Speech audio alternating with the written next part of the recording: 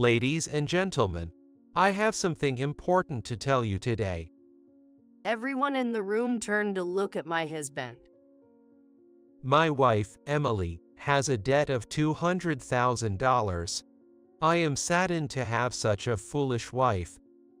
The relatives around us looked at me with puzzled faces. What did you say?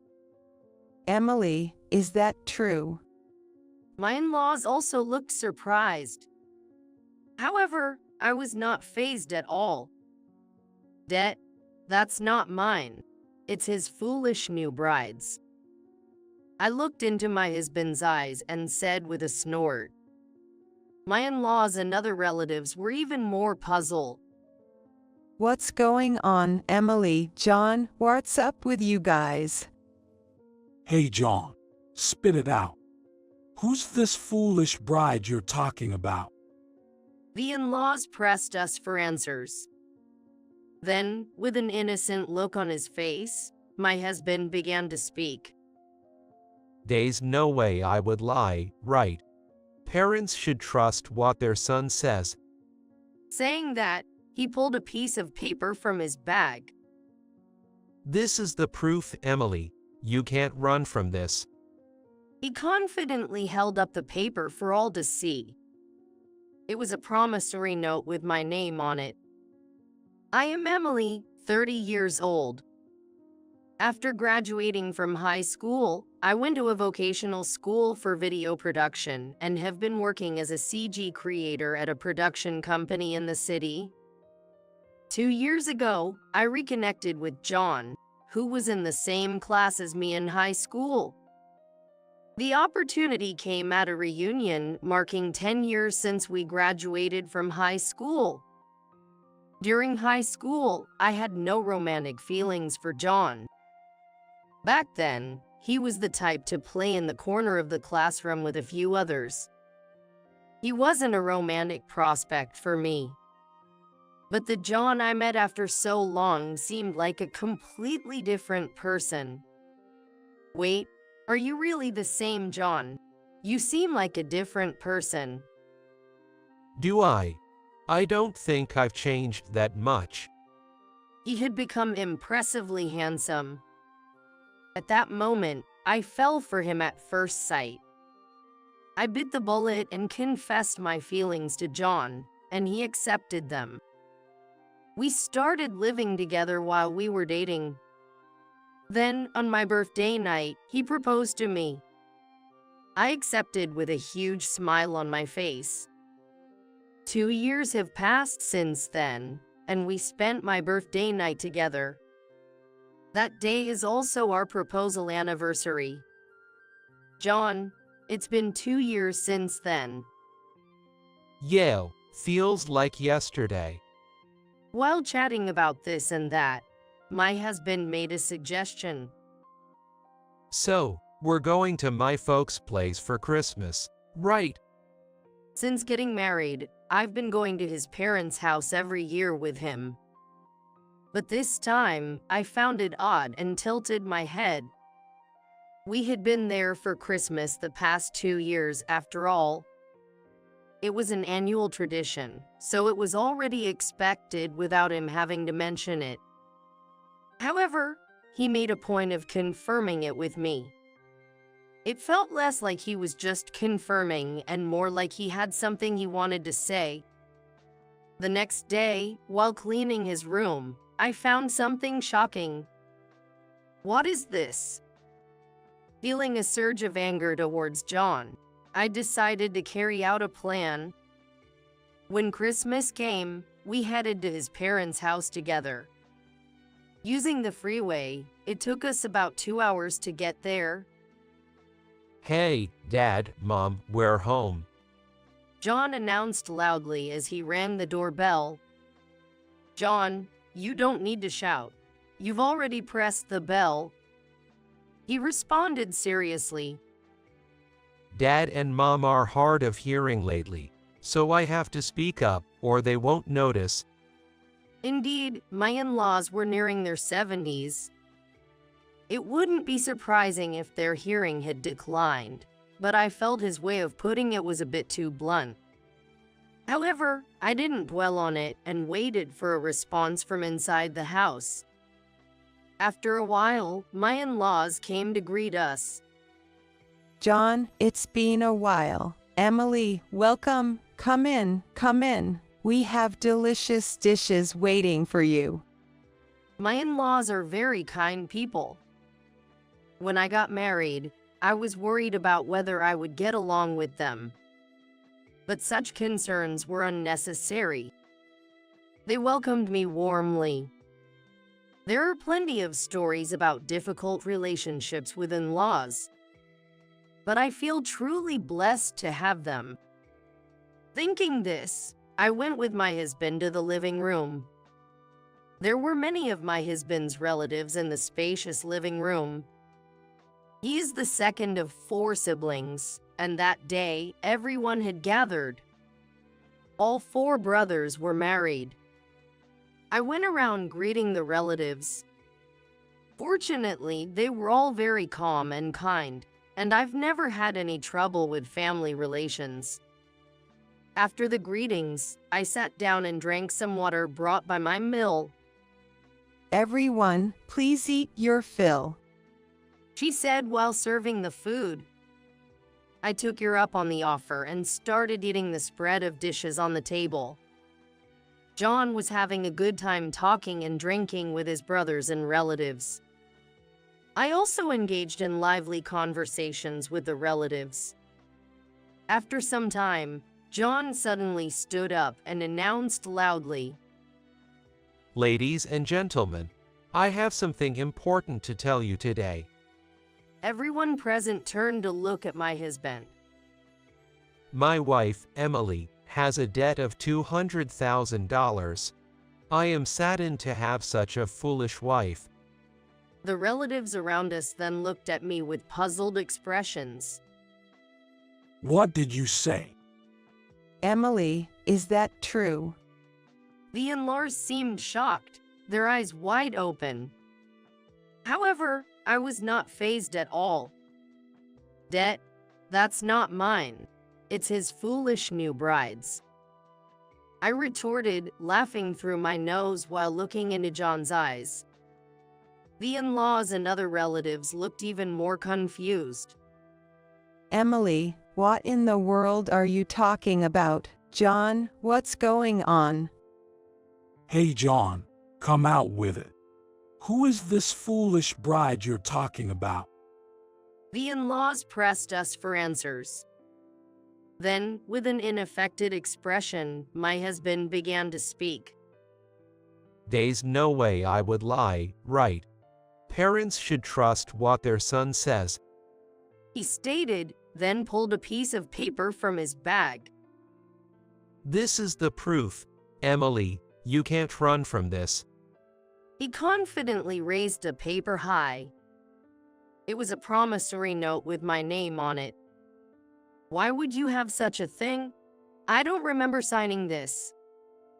I said truthfully, but I felt cold stares from the relatives. My husband continued. As it stands, I'm considering divorcing Emily. First, be honest and apologize to the relatives here. I sighed deeply. What an impossible person. I murmured, feeling a laugh rise within me. You're right, being honest and apologizing is best. But shouldn't that be coming from you, John? John tilted his head at my words. What are you talking about? Are you out of your mind? Only someone unhinged would borrow such a large amount. He scoffed at me. In the next moment, Mill looked at me and said, Emily, what's this about? There's a promissory note, and with all this sudden talk, I'm about to lose my mind. We can't just leave things unclear. I want to hear your side of the story too. She spoke while looking me straight in the eyes. My Phil had tears in his eyes. Seeing the in-laws like this, my eyes started to well up with tears too. Feeling guilty about betraying the trust of my in-laws and the other relatives, I stated the facts clearly. I repeat, I did not borrow $200,000. In fact, I don't have any debt at all. That's the truth. After saying this firmly, John next to me slammed his hand on the table. I have something to say. He declared as he stood up. Emily, you've been cheating, haven't you? I was stunned. It was creepy how he confidently brought up such baseless accusations in front of all the relatives. Recently, Emily has been acting strange. She's constantly checking her phone sneakily and has started working more weekends. These are all signs of cheating I read about online. That's why when I did some digging, I found this promissory note. And where did you borrow from? I've never heard of this financial company. I can't live with a woman who deals with loan sharks. I want a divorce. To me, John's story sounded like a joke. He continued. Why are you silent? You're ruining our Christmas with your nonsense. Just admit it, you're swamped in debt. I responded with full force. As you said, it's time to tell the truth. But I've been telling the truth all along. It's John who needs to come clean. He's blown his savings on mobile game microtransactions, leaving his bank account empty. And last year, he got into trouble with payday loans. At this point, John began to look uneasy. But you said borrowing money was fine as long as it got paid back eventually. At my words, John's face turned pale. What are you talking about? I don't remember doing such things. John's words had lost their bravado from earlier. My in-laws and other relatives looked at him skeptically. Let me explain the sequence of John's debts. It all started last winter when he apparently made one microtransaction after another, close to $10,000, I suppose. At this moment, the relatives murmured among themselves. It's often heard in the news about excessive spending on games, but they probably never expected it to be true for someone in their family. John's income is slightly above average for his age, and we could live comfortably under normal circumstances. But with that level of spending on games, financial strain was inevitable. He didn't stop at his own savings, but even considered dipping into our household funds. Murmurs arose again among the relatives. John's face turned pale as he avoided eye contact. That's when I warned John not to touch our household money. He respected that, but he continued borrowing from payday lenders to fund his gaming habit. I explicitly told him I would never cover his debts, and I even put it in writing. But it seems he grew tired of the game and stopped making in-game purchases. I wonder if it's right to continue living under the same roof with John. At that time, I was really struggling with these thoughts. I continued. Last summer, the problem arose again. John was coming home late, so I did some digging. It turned out he was taking his colleagues to hostess bars, claiming he would foot the bill. I said this while looking into John's eyes. I had never discussed this matter with him before. His eyes widened in shock. How do you know I was frequenting hostess bars and treating my colleagues? That's not all. John, I know about the affair you had with a girl you met at the bar. At that moment, the room buzzed again. The in-laws looked sharply at John. He turned pale and retorted, It's my right to spend the money I earn however I want. I couldn't trust John's statements that he would repay the debts without bothering me. You want to divorce me to remarry that woman, right? I also know that you've accumulated a significant amount of debt to lavish money on that woman. The promissory note was fabricated for that reason. I don't recall signing any notes, Besides, forging a promissory note is a crime. John was left gaping, speechless. John, you said earlier you were considering divorcing me. I agree with that decision. Then I pulled out a large envelope from my bag. I've done some thorough investigation beforehand, so let me present you with the concrete evidence. I took out documents and photos from the envelope, explaining them so that all the relatives could see. I had previously hired a detective agency because I had been suspicious of my husband's activities. As a result, he was having an affair. There were numerous photos clearly showing him in intimate situations with another woman. Furthermore, he had borrowed $200,000 to lavish on this woman. I confronted the relatives with these results. As expected, John didn't stay silent. You can't trust such a shady detective agency. That could be a doctored photo. Emily is a CG creator. After all, she could have manipulated various photos to frame me. I have the promissory note here. Then John thrust a promissory note at me.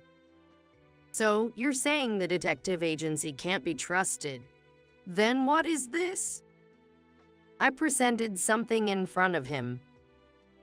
Oh, that is. John stammered. What I had found while cleaning his room after my birthday was an unfinished divorce petition and a marriage registration form. The in-laws were quite shocked by this. The marriage registration already had another woman's name and personal information filled in. I was surprised at how prepared you were, not just divorcing me, but you already have your next marriage lined up.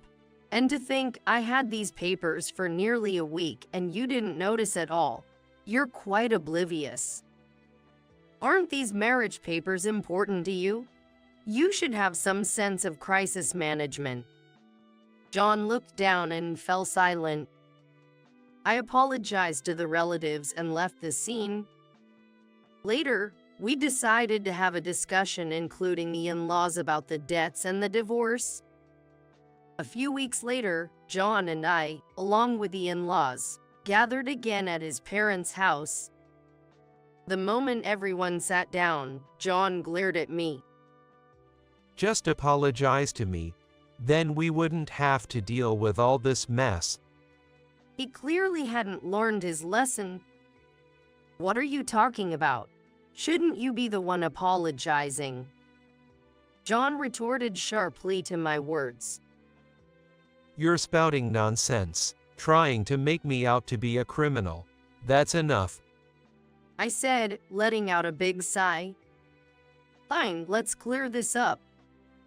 I said and called someone from the next room. Nice to meet you. I'm the attorney, Michael Smith. John looked at him with wide eyes. I've been consulting with Emily about a divorce. Probably what John was worried about, Emily's working on weekends, was because she was meeting at the detective agency for an investigation. Thanks to Emily's cooperation, we've been able to gather a lot of evidence about John's affair. John turned pale. The attorney proceeded. Furthermore, when we showed the promissory note John had to a document examiner, it was proven to be fake. Here are the results. The attorney showed the report in front of the in-laws. It clearly stated that the promissory note was forged. The in-laws looked at John with disdain. This proves John was lying. It's disgraceful that my son would forge a promissory note. My Mill said that with a look about to cry. And my Phil exclaimed, You're a disgrace to our family. You need to pay for your sins. John, in surprise, spoke to his father. Dad, I'm not guilty. I'm innocent. There was no sympathy for John, who spoke in desperation. Then my Phil stood up and was about to hit John. My Mill and I managed to calm him down. Afterward, I made a declaration to the in-laws. I'm the only victim here, so could you please leave matters concerning John to me and the attorney? I asked, while the attorney next to me made eye contact with the in-laws. Emily, John has really troubled you, hasn't he? I apologize on behalf of my son. My mill said so and apologized to me. And my Phil was still red-faced and angry. Such a disgraceful son. Forging a promissory note is unbelievable. I felt that my father-in-law's words were filled with anger and love. Eventually, through dealings with the attorney, my innocence was proven. John and I got divorced, and the in-laws, along with the rest of the family, cut ties with him. John was left with debts and no one to rely on. Though we could have sued him for forgery, John declared to the attorney and me that he would repay the borrowed money himself, so I decided not to press charges. Meanwhile, the ordeal had stressed me out, and I ended up needing psychiatric care for a while. I took a month off work, but my understanding boss approved my leave. During my recovery, John's parents contacted me. We've explained everything to our family, so don't worry. If you need anything, feel free to rely on us. John's parents' words encouraged me. Since returning to work, I've been working hard every day. However, I still occasionally have nightmares about John. Recovering from the mental shock will probably take time. I still visit the hospital every 2 months. After all, it was a deep betrayal by someone I once loved deeply. Yet, I felt saved by the kindness of my in-laws. And the people at my workplace were very understanding. I'm really grateful for this because mental matters aren't easily understood by others. Rumors say that John, my ex-husband, has quit his job. The scandal seemed to have spread through his company, leaving him with no place there. He's now working part-time jobs from morning till night to pay off his debts. Moreover, his affair partner left him after finding out about his debts. It serves him right. Since returning to work, I've been involved in a project as a CG creator for a new animated series. I'm really excited about this highly anticipated work. For now, I've decided to prioritize my work over romantic relationships. I'm determined to diligently handle the tasks before me at my own pace.